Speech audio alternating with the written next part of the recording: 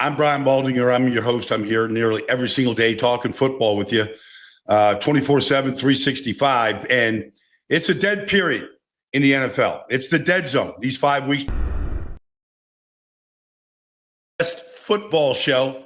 I'm your host, Brian Baldinger, at Baldy NFL across all the platforms, all right, including Threads, X, YouTube, TikTok, Instagram. Okay, you can find me there. You can find this free show. Just download your free Odyssey app. Like it, subscribe to it, tell your friends all about it. All right, all that kind of good stuff. But this is the dead zone right now. Like all the mini camps, everything is over. We got about a 4 or 5 week period to the start of training camp. I think the Chargers get there first, like July 23rd or something, whatever. They get in there early. So we got about a month. But we've got news. We've got Jaire Alexander signing with the Baltimore Ravens. And, you think about it, this is what good teams do. Look, Jaire Alexander, we know he's missed a lot of games over the last 2 years. All right. When on the field, he's an elite player. He's got great ball skills. But it's worth the risk. The Ravens just drafted 2 rookie cornerbacks. They've got Nate Wiggins, a first-round pick. They've got Marlon Humphrey.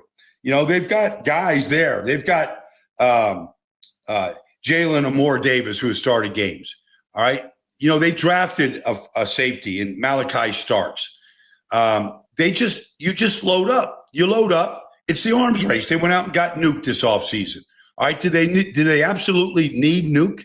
Probably not. But who knows? Maybe his veteran leadership, maybe his ball skills, maybe in a big game, he comes up with a clutch catch. Look, last year they lost to Buffalo, and we saw Mark Andrews at the goal line drop a ball that he catches 98 out of 100 times, and he dropped it. And it was probably the difference in a game. You never know when one of these veteran players in a big spot, and that's what this is about. It's about big-time players making big-time plays in big moments.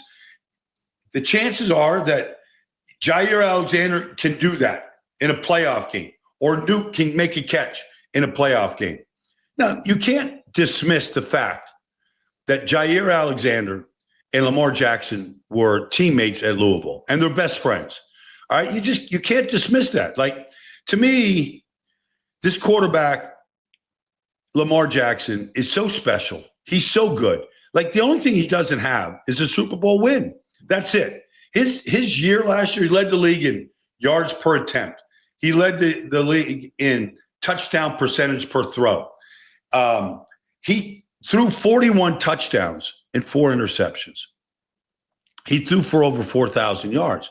The guy ran for 975 yards. That's a great year for any running back. He did that in part-time duty running the ball. The guy he's an amazing player, and he's still an ascending player. He's just finished his second year with Todd Monken. He's done nothing but improve under Todd. Now you go get Nuke, to go with Zay Flowers, to go with Rashad Bateman, to go with the tight ends, Isaiah Lakely, Mark Andrews, to go with, the King. You're going to get Keaton Mitchell back. He was a sensation 2 years ago. Now you add defensive parts, and you just keep adding, and you just go, okay. They added John Jenkins at defensive tackle. We know how they like to roll there. So for the Ravens, Eric DeCosta, the general manager, you think about Steve Bisciotti, the owner. You think about the head coach, John Harbaugh. They won a 3rd championship, and they probably took a step in the right direction yesterday, regardless of what they get out of Jaire. I don't know what they're going to get. Nobody really does. But who doesn't need a Pro Bowl cornerback in this business? The way teams throw it, what you're asked to do, matchup zone, man coverage, you want to blitz, you can feel like you can hold up with Jaire in the back end. All those things are part of the Ravens.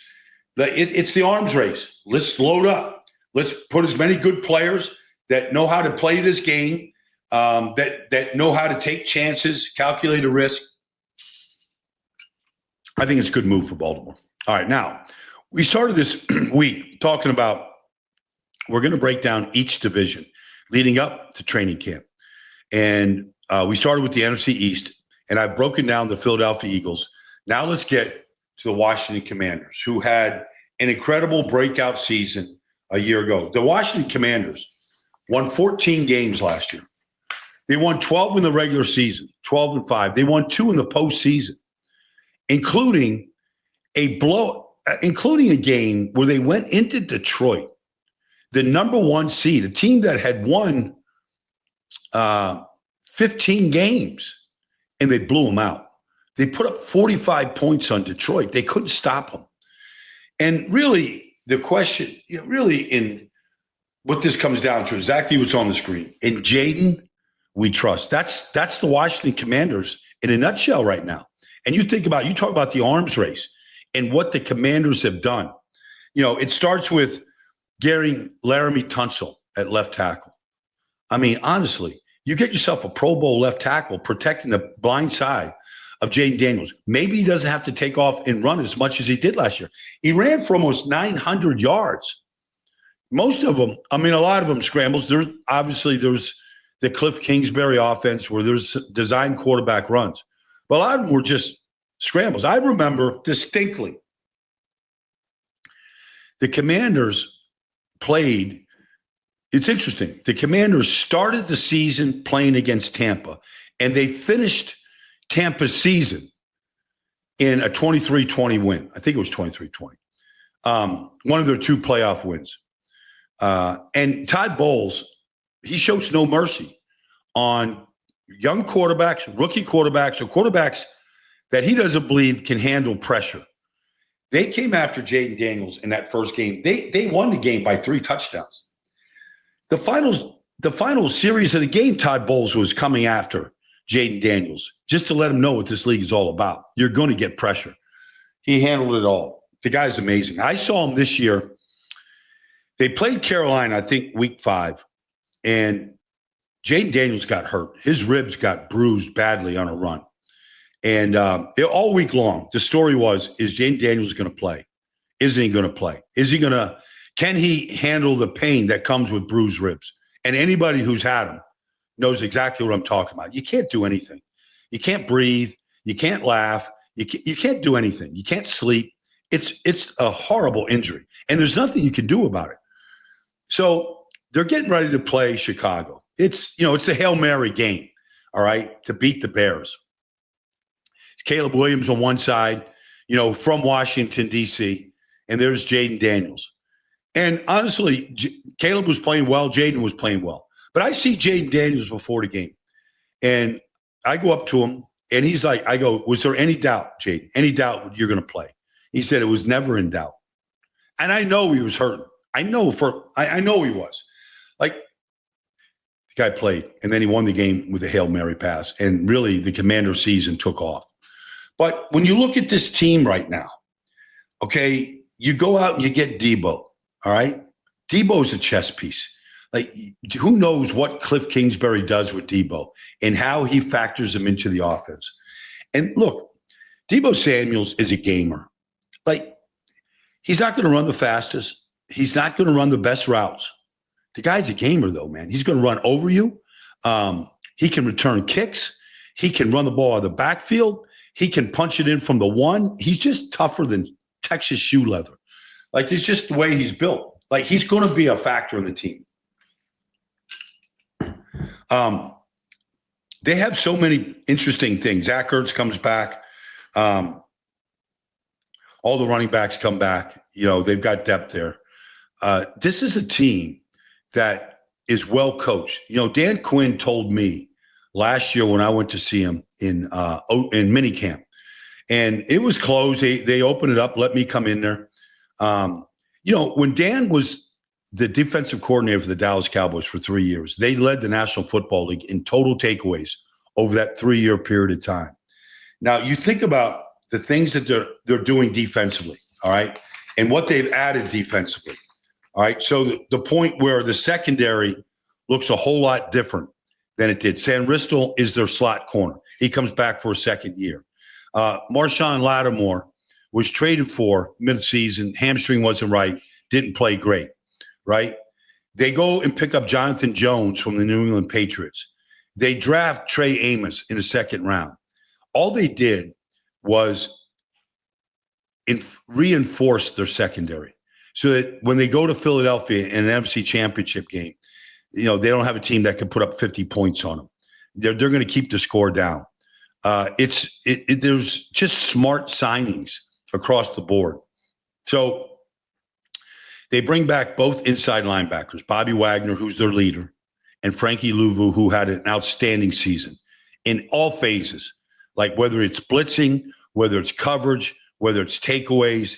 Frank Louvu, everywhere he goes, whether it's the Jets, whether it's the Carolina Panthers, everywhere Frank Louvu goes, he leaves a mark. He's a great player. And now he's being well coached in a good system. So I feel like this is a team that can challenge everybody in the NFC, including the Eagles. They match up well. The Eagles have always had a problem with Terry McLaurin, always. Going back to Terry McLaurin's rookie season. So they got to get him signed. They're going to get him signed. The guy is a quality person. He's exactly what Dan Quinn, what they want in that organization. They want a locker room full of Terry McLaurins, talented, dependable, great character. That's who they want. So it's just a question of getting the details worked out. These things take time, but they'll get that done. There's no question about it to me. This is. Marshawn Lattimore, all he wants is when they play Tampa, give me Mike Evans. When he plays Philadelphia, give me A.J. Brown. Give me your dog. Let me go play him.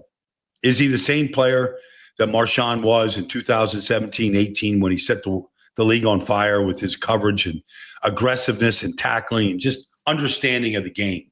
He's a good student.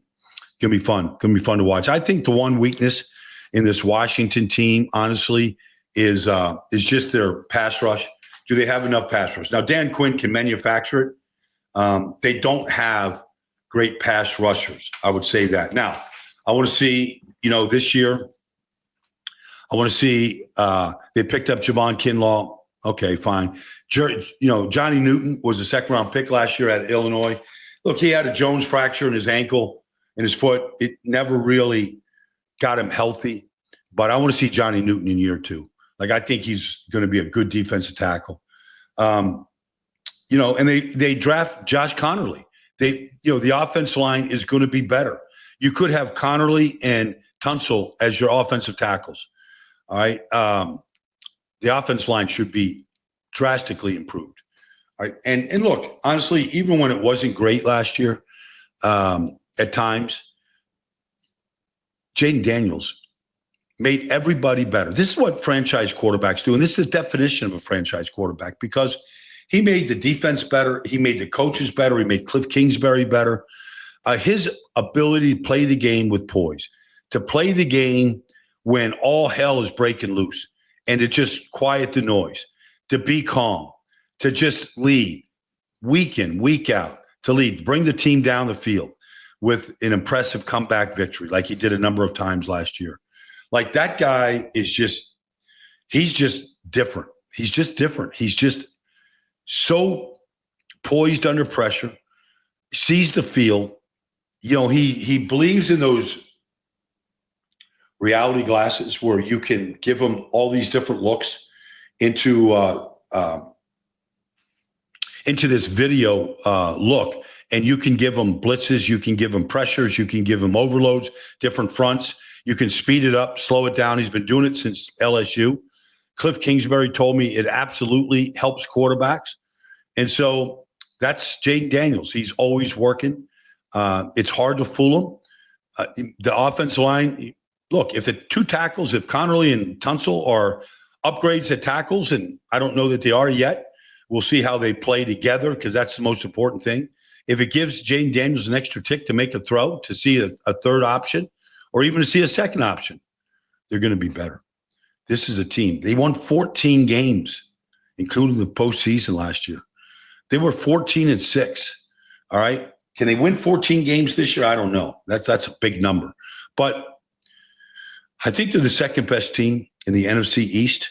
Dallas has to show me that they've got the firepower and that Dak can play at that level that we saw Jayden Daniels play at last year. He has done that throughout his career at times.